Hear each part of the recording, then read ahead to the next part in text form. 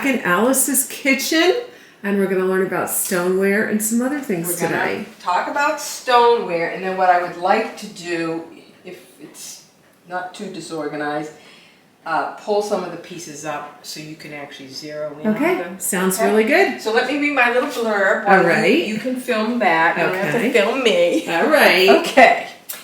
So, predominantly in the 1830s onward, stoneware became sort of the go-to way to store liquids and pickling things, and because the stone was fired to such a high temperature, it was impervious to, it wouldn't like leak.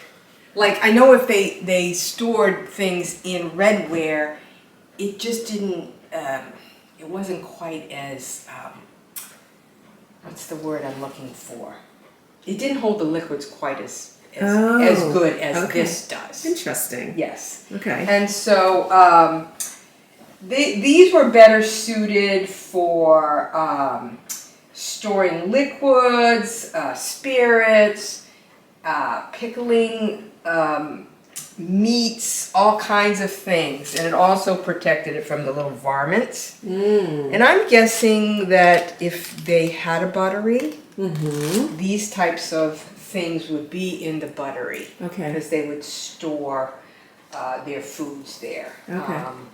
And other things in the buttery as well, like maybe measures, grain measures, lots of other, probably all things you have in your buttery.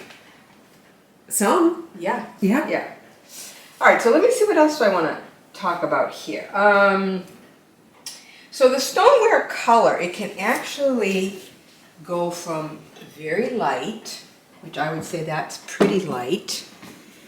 Then it can go to sort of a dark blue-gray. I'm going to grab a few pieces out. Not this, because this is not stoneware. Now this, you'll notice the finish on this. It's kind of like an orange peel. So this would have been caused by rock salt that they threw into the kiln. Interesting. It also made it glossy, easier to clean. Yeah. And, pretty to look at. And it also, I think, helped, especially with acidic type foods. So they would mark them also, like this does have initials on it. I'm not sure, maybe there were spirits in there, I don't know. Wow. It has a little cork. They also would, let me get this one out so you can see. They would, and you'll notice the color of this one. See how it's lighter? Yeah. So they kind of go from, light beige, beige gray, darker, dark blue, based, I guess, on the glaze. Yeah. And then they would, originally, they would incise them with a number, this would signify 2 gallons, and then this was the company that made it. This one's actually in Vermont. I'd have to get my magnifying glass to see it. But originally they just... Bennington. It was very simple, incising the number 2 and maybe stamping this. And later they would do the cobalt blue and to make them obviously more attractive. Sure. And you can see inside here, maybe this was the pickling. A lot of them have this white, so I don't know what was in there, but I want to say maybe from pickling or something like that. I don't know.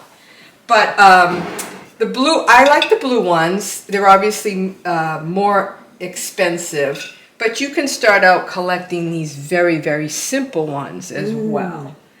So here's another one. I want to say this is I think this is a cake crock, but I might not be right.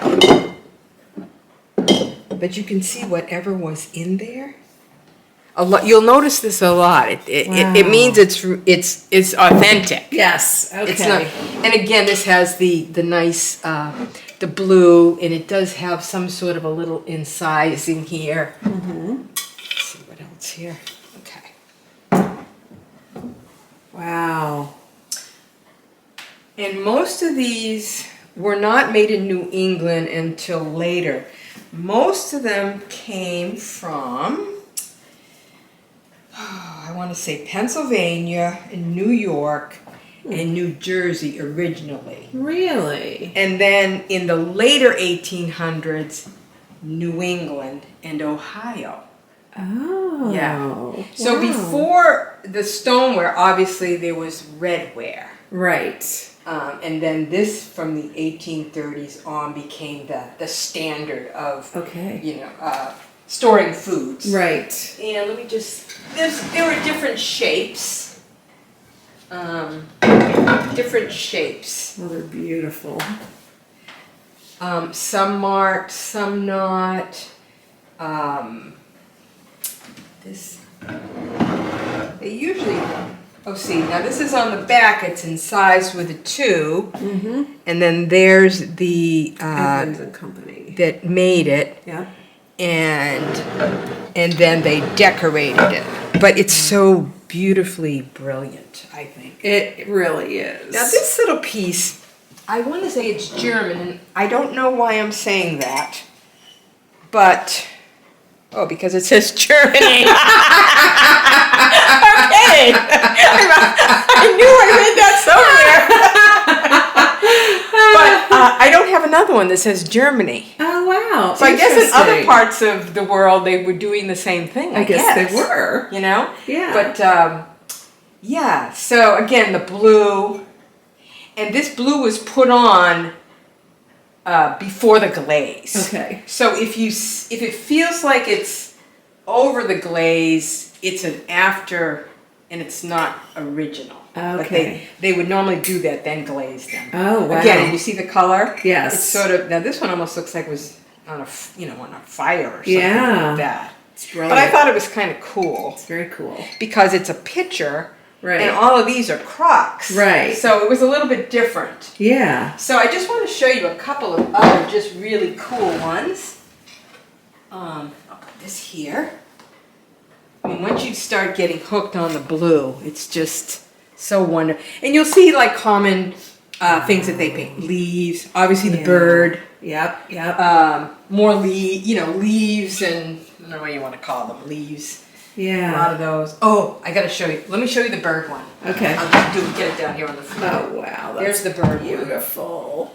And it has some issues, but I didn't really care. Right. Yeah. Because I liked the bird so much. Yeah. And again, look at the color. Yeah. It's like a light beige. It is. And then this one is called a bee sting. Oh, let me get that one out. Oh, I wanted to show you that one interesting. because... And this cover is not original. Okay. It does say 4, so it's a 4-gallon. Yeah. But that's the bee sting. Interesting. Yeah. And what I can do, this is, like I said, this is not the original cover. Right. I want to just see if it says 4 someplace else. No, that's just a bee sting. That's fascinating. So Yeah. it feels like when you get a bee sting. Yeah. They kind of go, oh, bee sting, that's cool. Yeah. And then some of them, like, these are heavy.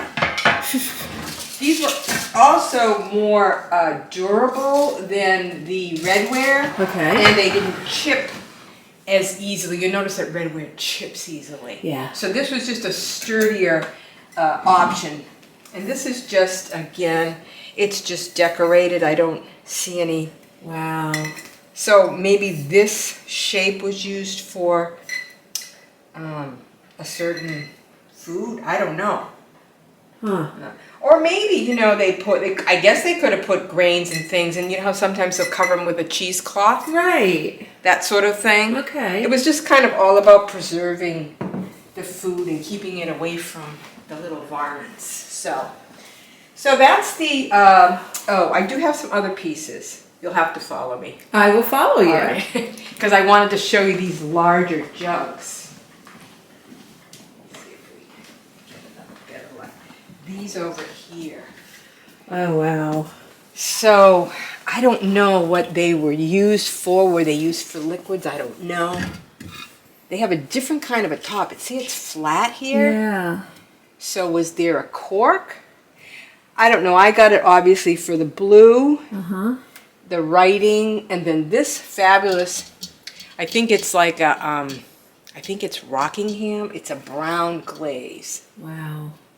Totally different from what else I have. But, so, that's my little blurb on Stoneware. Stoneware. That's something that I see them around, and I see the blue, and I think, ooh, so pretty, and then the price tag. Yes. So I have very cheap stoneware that I'll get, you know. But that's okay, you know. And you can buy it even unmarked without the blue to start your collection, and then again you can, you know, as you keep looking, maybe get rid of those and buy them. I don't really buy so much of the stoneware anymore because obviously I have a lot of it and I like it all grouped together. I think it really makes a statement. Yes, yes. And would they have, well, I'm guessing if they had them in a buttery, they'd all be together like that, you know, along with pantry boxes and measures and whatever else was in there to keep their foods. Actually, I was trying to find out about butteries, and medieval times, it was like in the basement of a monastery. That's what the and no butter was in it. Right. You know, didn't store butter. Right. But that's where it was, and I guess the spirits and the liquor were in it. Okay. So I'm not sure how it all changed to calling it a buttery. I don't know. I don't know. That was really interesting, Alice. So it was just a little short history of stoneware. Well, thank you for that history of stoneware. And join us next time when we talk about what? Maybe butter pats? Not butter pat. Butter presses and molds. Butter presses and molds. That I guess you can make butter pats from. Okay, that'll be next time. Thank you.